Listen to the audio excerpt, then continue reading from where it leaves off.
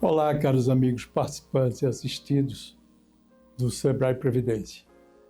Neste vídeo que vocês virão a seguir, nós ouviremos com muito prazer os comentários da Francilene Garcia. Francilene Garcia hoje é vice-presidente da Sociedade Brasileira para o Progresso da Ciência e foi durante mais de uma década conselheira representante da CNI no CDN, Conselho Deliberativo Nacional do Sebrae. Ela é referência para compliance e programas de integridade no Brasil e o qual nós temos o prazer de seguir e implantar aqui no Sebrae Prev. Portanto, fiquem à vontade e prestem atenção ao que Francilene tem a dizer. Muito obrigado, um bom vídeo a todos vocês.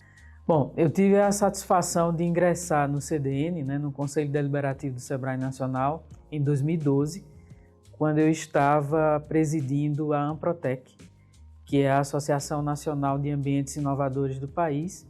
A Amprotec tem um assento no CDN já há algum tempo. E a Amprotec se junta à missão do Sebrae de cuidar dos pequenos negócios com um olhar mais especial para os negócios inovadores do nosso país. Durante 2 mandatos, de 2012 até 2015, junto à presidência da Amprotec, aqui permaneci no CDN, aprendendo muito sobre os micro e pequenos negócios e, sobretudo, sobre a instância deliberativa importante para o funcionamento do sistema Sebrae, que é o CDN. Mas aí a minha surpresa é que, quando acabou meu mandato na Amprotec, em 2016, eu fui convidada pelo então presidente do CDN e presidente da CNI, o Dr. Robson Andrade, para permanecer no CDN como suplente da CNI.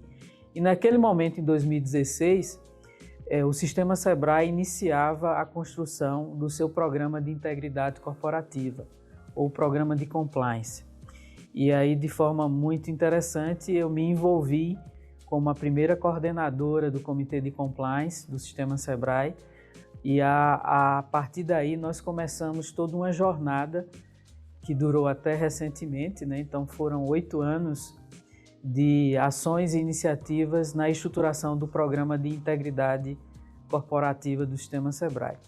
É interessante dizer que eu não sou da área de compliance, mas sou uma pessoa que atuou durante muito tempo na área de gestão e foi uma oportunidade rica de acréscimo à minha trajetória profissional, na medida em que nós pudemos, junto com toda a equipe do sistema Sebrae, muito fortemente liderado pelas equipes de gabinete, sobretudo do CDN, colocar uma proposta muito objetiva de implantação de um programa de integridade no Sebrae.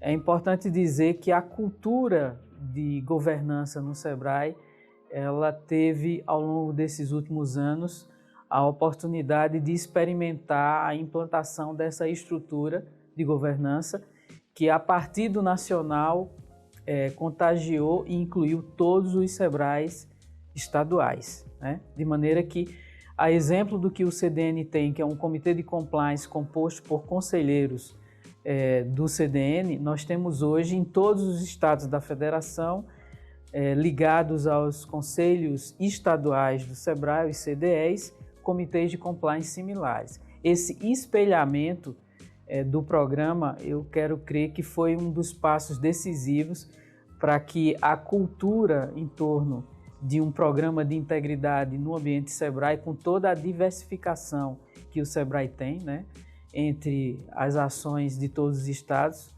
mesmo com o mesmo alvo que é atender o pequeno negócio, há uma diversidade, mas essa cultura foi se instalando a ponto de nós termos, ao longo desses anos, vários ganhos. Eu queria citar como exemplo uma das primeiras políticas sistêmicas que foi desenvolvida no âmbito desse programa e que atende hoje a todo o sistema, que é o Código de Ética. Quando o programa de compliance iniciou, nós tínhamos vários códigos de ética. E ética é uma coisa só, para todo o sistema. Mas a partir da compreensão dessa cultura de integridade corporativa, nós temos um código de ética uniformizado que vale para todo o sistema. E isso, eu diria, que já foi um resultado de uma situação de aculturamento e de ocupação dos colaboradores e dirigentes do SEBRAE em torno de temas tão importantes. A partir daí vieram vários processos, né? A própria ótica de o CDN contar com uma matriz de risco que é ajustada sempre que necessário, para que a gente tenha a noção das entregas que são realizadas à sociedade em instrumentos conveniados e em patrocínios que são colocados no âmbito do SEBRAE Nacional, é um outro exemplo bastante significativo. A própria transformação digital que aconteceu ao longo desses 8 anos, que progressivamente trouxe um conjunto de ferramentas de gestão muito mais precisas, justifica a importância desse alinhamento da gestão e do controle de risco com todo o lado operacional que precisa chegar na ponta. E eu diria que isso acabou envolvendo em diferentes estágios, com diferentes tempos de retorno, todos os estados, todas as unidades do SEBRAE estaduais. A ponto de que, após 8 anos do início desse programa, nós temos hoje, efetivamente, talvez uma das instituições que mais amadureceu, né, desde a lei anticorrupção lá de meados dos anos 2015, 2016 até os dias atuais, um sistema de fato que é instalado em todo o SEBRAE. E é claro que a própria transformação digital associada à presença das unidades de auditoria interna, hoje com um reposicionamento vinculado às mais altas instâncias decisivas que são o CDN e os CDEs, trouxe um novo recorte.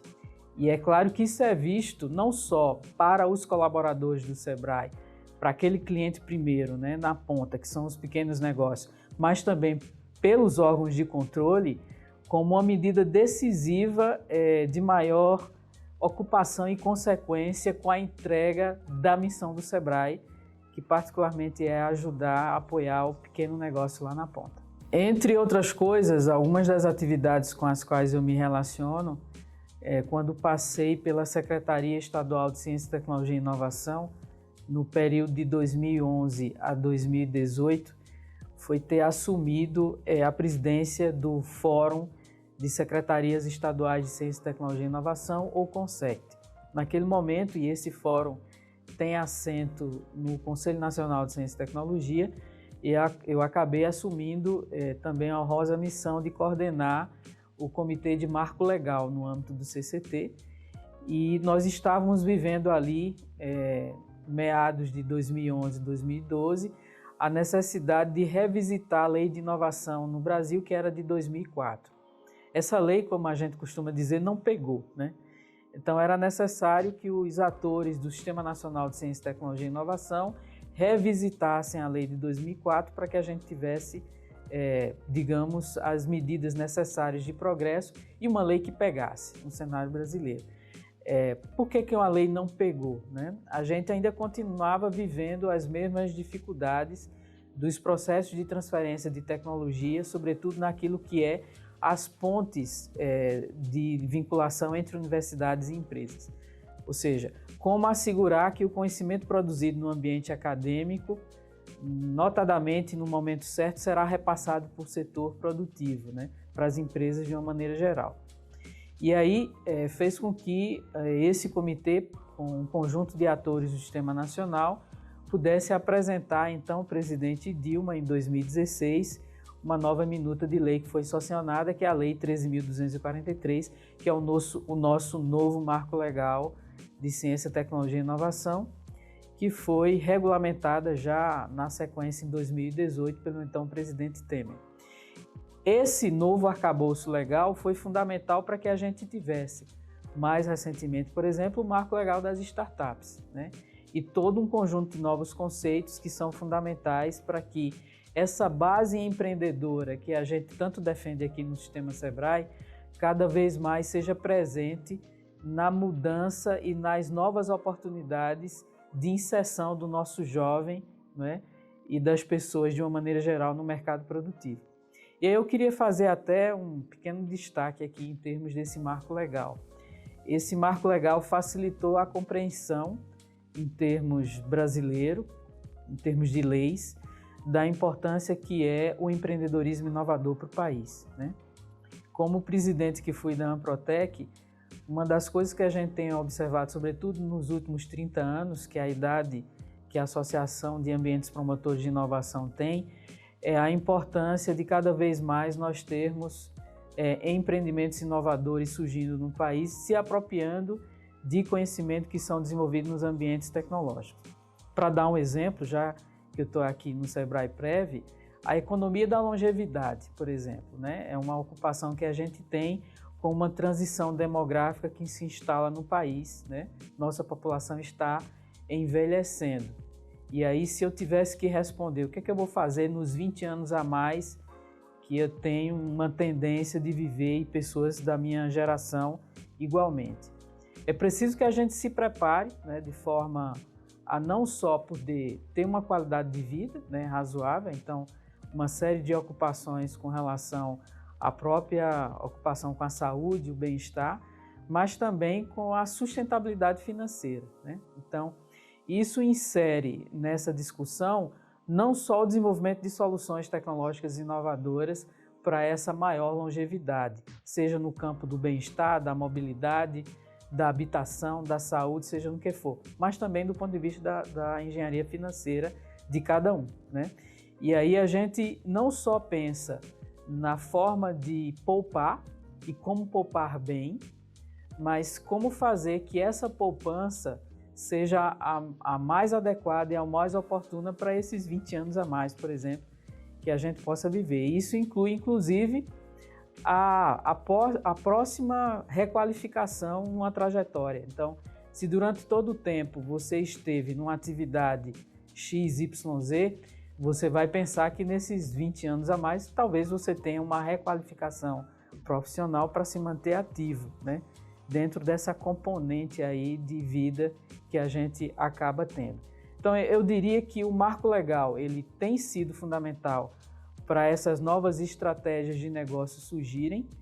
O sistema Sebrae tem sido fundamental para trazer essas discussões que são século XXI de novos desafios. E o Sebrae Prev é uma das soluções de engenharia financeira importante para essa maior longevidade.